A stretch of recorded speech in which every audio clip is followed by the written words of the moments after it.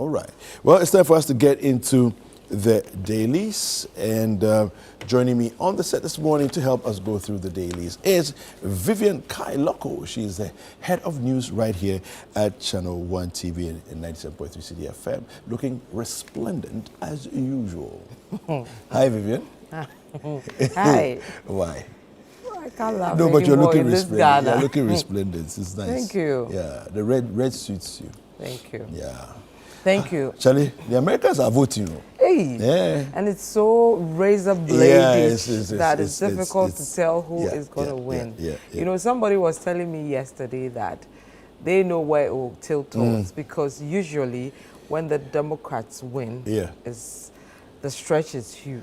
Okay. And so if it's neck to neck, it should tell you where it's going. If the Democrats win, the stretch is wide. It's really wide. It's a resounding victory. Okay. It's not, you know. Interesting. So, you know, that. Interesting. And then the swing, you know, swing states. Yeah, swing states. Most of the polls are going towards one side, you know. So we'll see how it goes. I mean, from. Yeah. So we'll see. But you know, the American election is very interesting because even the way the Americans are, even the last day rally can make a difference. And make a difference. Something that happens on the last day all the time can actually make a difference. All the time. Somebody can say something, do something, or something can happen, and they really tell. The other thing also that I find interesting about the American election is that, you remember when Trump won the first time, Hillary actually won the popular vote that year. Yeah, but they don't go with that. So you can win the popular vote their electoral and still lose the election. Yeah, the electoral so it's a very system interesting. It's not the popular votes that determine whether you're going to be president which or not. kind of makes sense, you know, because the electoral college will determine whether you're going to, you know, be president or not. Anyway, we'll talk about that. I remember because it's a very interesting one. Because you know, most women across the world were hoping that she would, you know, become the first female president of America, because that sends a lot of signal across the world in terms of women being formally made to lead, not just, you know, at home. Because people say your CEO is a wife or the wife. He wants the real seat at the table, which didn't happen. Subsequently, we've seen a lot of countries elect women, you know, as their presidents, and it will be interesting to see whether this time around a woman will get to lead the leader of the free world, which is the United States of America. But you know, it's interesting, leader of the free world, right? We say that, we keep saying that, but they've been slow to a lot of things. Because in Europe, for example, there have been women who have been in charge. You know, queens. We've had queens. We've had, you know, Margaret Thatcher, of the likes of her, and all of that. In New Zealand, you know, women has been in charge. But America is very slow to but to have made a black man a president, that was something else. That was a major. So I think the second major feat we expect to see is whether they will vote for a woman. But you know, as much as, you know, Americans pride themselves to be the leaders of the free world, they can be very conservative with certain things. Conservative, I'm telling you. And it's showing in a lot of things they've done over the years. But let's see how this goes. Whether we'll have the second black mixed with another, you know, race, and then the first for a woman. All right. Okay, I'll start with a chronicle. They say police begin medical examination stage of 2024 recruitment exercise. Also, STEM education for basic schools. Minister Educhum launches mega project in Accra. And then Balmia, I will dedicate 3% of GDP to private sector. So that's from the Chronicle today. Okay. The Ghanaian Times says, who wins U.S. election? As Americans go to poll today. Right. MOFA begins 5-day AgriFest 2024 in Accra. We have NHIS e-pharmacy set to combat illegal charges, which is really good.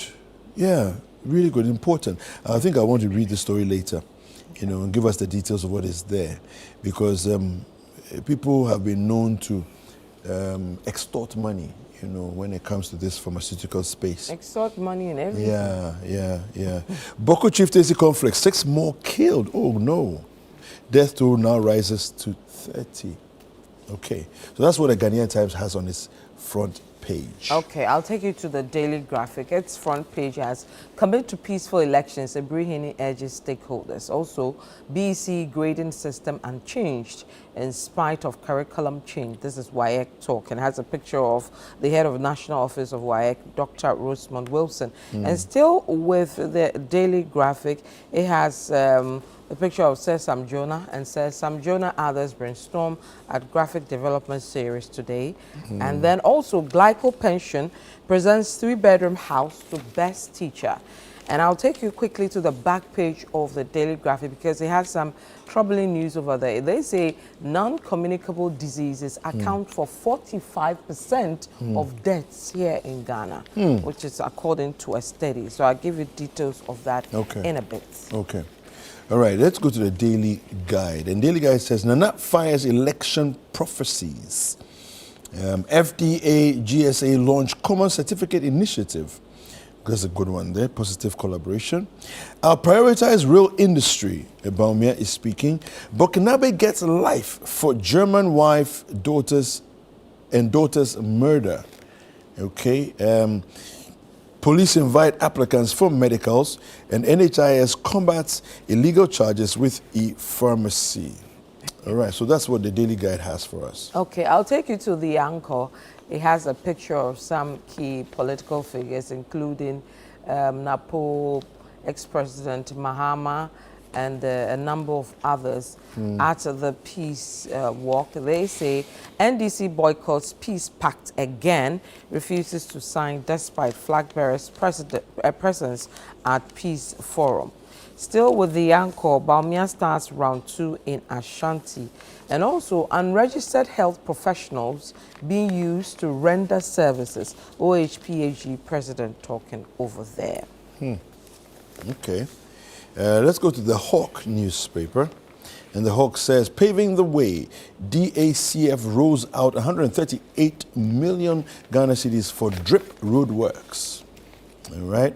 We know the equipment for the road works came out a couple of months back, but now some cash seems to be available. Well, which was the concerns which was raised from the beginning, you know, in terms of what is the plan for fuel, for maintenance, for even the things they'll need to fix these roads. And it was said that it will come from the central government and all that, which many people questioned wasn't going to be a good one to start with.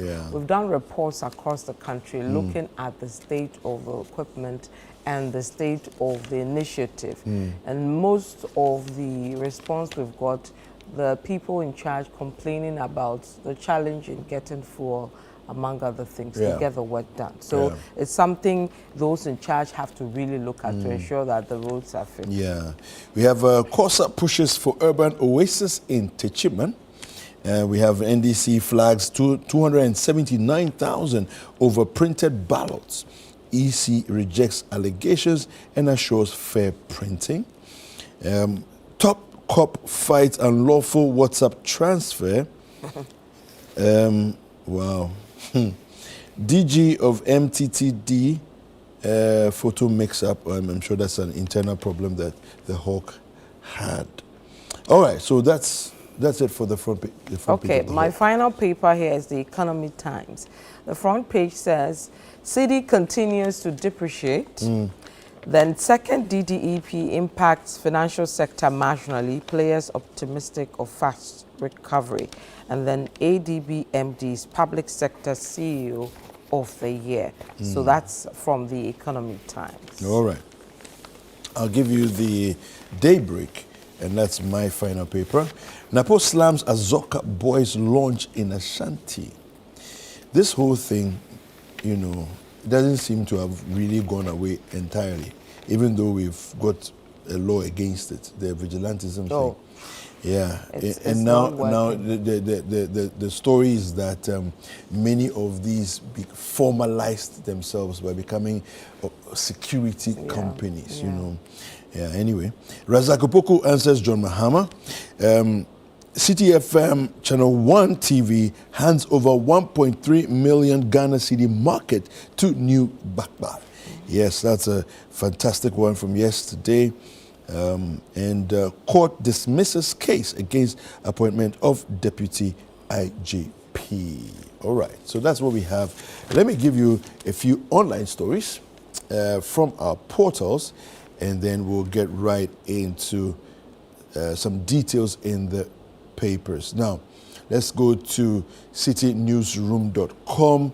It says here, no individual or organization is above the Constitution. This is what the AG is saying. Mahama accuses MPP of development allocation bias. All right, we have free SHS. Double track is research-driven and result-oriented. Interesting. Okay, research-driven, result-oriented. Okay. Prevent and condemn illegal pressure on judiciary. AG urges Bar Association and UK to switch to e-visa in 2025. Interesting one there. Those who have long-term visas in their, they're going to have to go and queue again and get it renewed. Let's stay in Ghana and develop our country and stop this jackpot. I know some people come and fight. I know, right? Because they want to jackpot. Stay in your country and fix your country. Anywhere else you go, you'll be a second-class citizen. I know, right? I know. And ChannelOne says, yeah, they starts with the same headline, Educhum, double track, key to free SHS access, don't abolish it. Ifwagate's election as GBA president has a divine touch. Okay, this is coming from the Attorney General, Minister of Justice. Abortion, immigration, economy, top issues driving U.S. elections. And I'm sure she was speaking with Bernard Avle yesterday on the point of view. Correspondent from The View. Yeah. And we'll have a lot of information on the U.S. elections on all our subsequent bulletins as we speak to the VOA and others on how it's panning out in the United States of America. So watch out on TV and radio. Professor H. Sikanku says that democracy is under threat in the U.S. Is it? Well, the beacon of democracy. They'll come out fine. Is under threat in They will definitely come out fine. And then the big one for our website, which is citynewsroom.com. Yes. Yesterday, we officially launched our election, data website. Yeah. Have you tried it? Oh my goodness, I did last night. I went there. I was like, my goodness. Yeah, it's everything is there. Everything is there. I was like, everything. Whoa! From the elections, 1996, all the way to the last elections. Every constituency, every presidential elections, all the numbers, all the trends, and it's very easy to navigate. Yes, that's what I loved about it. And you can use it on your phone. So what I realized is that a lot of websites are not compatible with multi gadgets, right? But this website, I mean, on my phone, it just streamlined the thing, simple and short. Because usually most are very heavy, so it's difficult to even download it. I mean, open it properly in your this on one your is phone. very light and easy. It was so nice. It was just beautiful. That's where I've been for a bit. I mean, sorry I hid it from you because you've been hiding in that and space. using that, to help with our research units, which is at ChannelOne. And City News Research. So it's a great one. I urge everybody should try it out. No, you should. So it's elections at citynewsroom.com, right? So very simple, elections.citynewsroom.com. That's right. That's the easy way to just type that and you'll be right there. All the details. Trust me, everything is there. Every story around the polls coming up, all the stories, everything. Just go there and get, updated on everything, apart from getting the data. Absolutely. Well, you have okay, so let me start with Daily Graphic to give you details of the story I told you about earlier about non-communicable diseases accounting for 45% of deaths in Ghana. It's a study.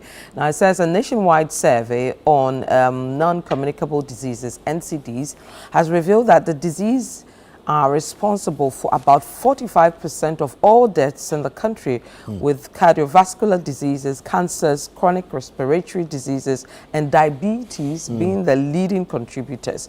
Also, the survey identified unhealthy diets, physical inactivity, tobacco use and harmful alcohol consumption as the primary risk factors for NCDs in the country.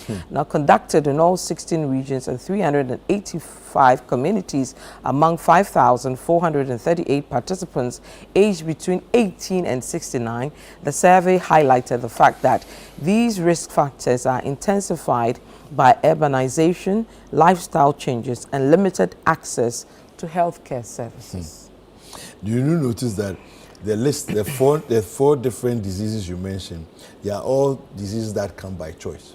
Yeah, lifestyle, and then your, you know, how you take care of yourself physically. So whether you exercise or not is up to you.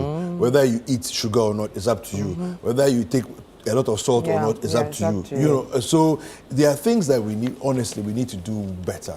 You know, I've come to accept that sugar doesn't do anything. No, it doesn't. You know, I really used to like sugar. No, if you like sugar more than me. No, so did I. I have cut it. I mean, I got it from my dad.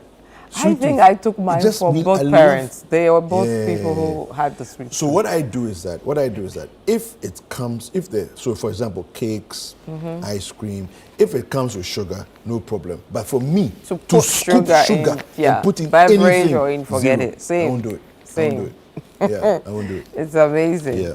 So that's it. We have this one here. NHIS is in the Ghanaian Times. NHIS e-pharmacy set to combat illegal charges. Now, the National Health Insurance Scheme is leveraging the Ghana National Electronic Pharmacy Platform, e-pharmacy, to combat illegal charges, commonly referred to as co-payments. Co-payment in the context of the NHIS involves NHIA credentialed facilities charging scheme members for services and medications paid for by the scheme. The chief executive of the NHIA, Dr.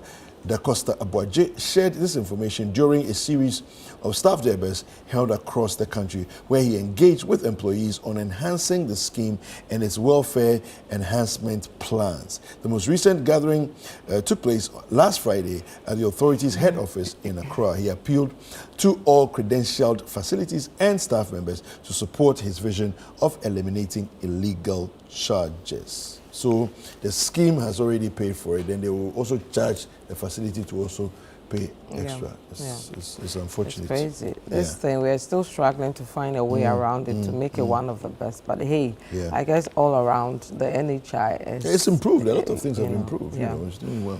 Okay, I'll take you to one troubling one to do with the city and its performance. The story, you know, on the front page of the Economic Times by Elom Disowo says Ghana's currency, the cedi, has continued to record a blip in depreciation, even though the governor of the Bank of Ghana, Dr. Ernest Addison, has assured the forex market that there's enough American greenback to cushion the cedi. The Ghana cedi is facing headwinds because of persistent hard currency demand driven by the manufacturing sector. Now, currency analysts are predicting that the cedi's losses could continue for a long time, as the Ghana Cocoa Board will not seek for international syndication loan this time round unless there was a big increase in foreign currency supply. So that's the woes of the cedi continue, and we hope things get better. Okay. CTFM, ChannelOneNews.com has this story. CTFM ChannelOne TV hands over 1.3 million Ghana cedi market borehole washroom facilities to New Bakpa. And the story here goes, management of ChannelOne and TV has handed over a newly constructed market, gender-specific washroom facilities, and a mechanized borehole water system to displaced residents of New Bakpa in the Central Tong district. These individuals, affected by the Akosombo Dam spillage by the Volta River Authority last year, continue to face significant challenges in rebuilding their lives. Now, funded by donations from CTFM listeners and Channel One TV viewers, the facilities were completed at a cost of 1.3 million Ghana cedis. Representing Managing Director Samantha Mensah, Channel One TV's Head of Administration, Matthew Aiden, expressed gratitude to the donors for their generosity and encouraged the victims to stay resilient. And so that story there, you can go and read the rest of that story. All right, it's a very fantastic one.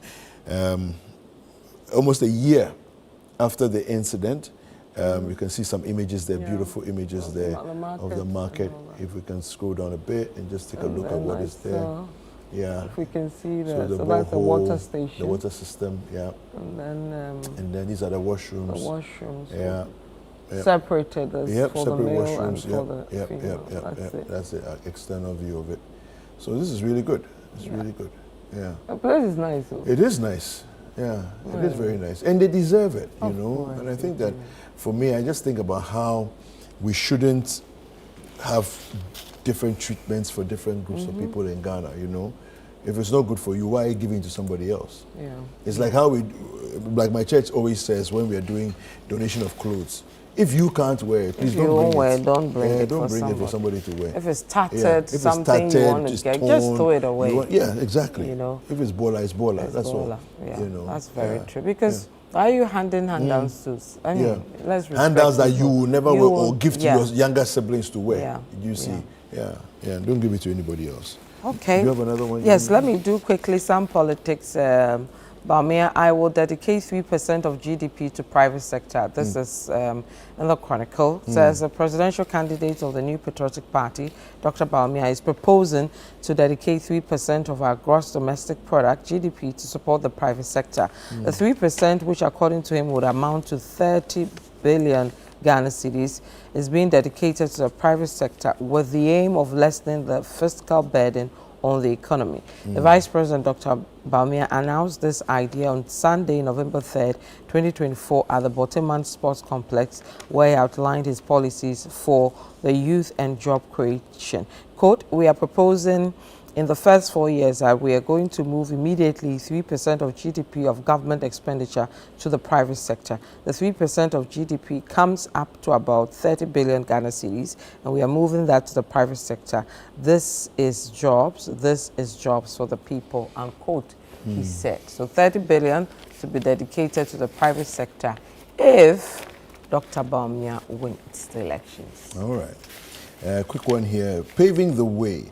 The District Assembly Common Fund rolls out 138 million Ghana cedis for drip road works. Now, in a major financial injection for local development, Irene Natoshi Adolate, the administrator of the District Assembly's Common Fund, approved an impressive 138 million Ghana cedi release to Ghana's constituencies on October 25th, 2024. This substantial allocation targets the President Kufuor's ambitious district road improvement program designed to rejuvenate road infrastructure across local communities.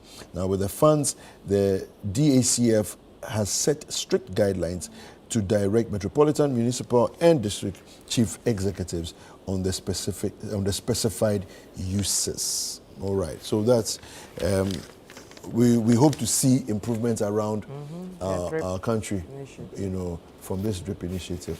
Yeah, but thank you very much. Thank you, Kweku. Right. Have a good one. Thank you. You too. All right. And let's see who wins and leads the United States. Yes. By tomorrow or the next 2 days from today, we should see. Tomorrow will be clearer. Get to the end of the day, but 2 days we see.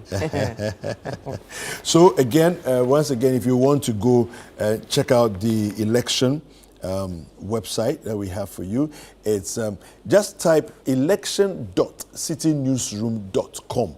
All right, election.citynewsroom.com, or otherwise you can actually go to citynewsroom.com and you will get access to it directly from there as well. Okay, so elections.citynewsroom.com. All right.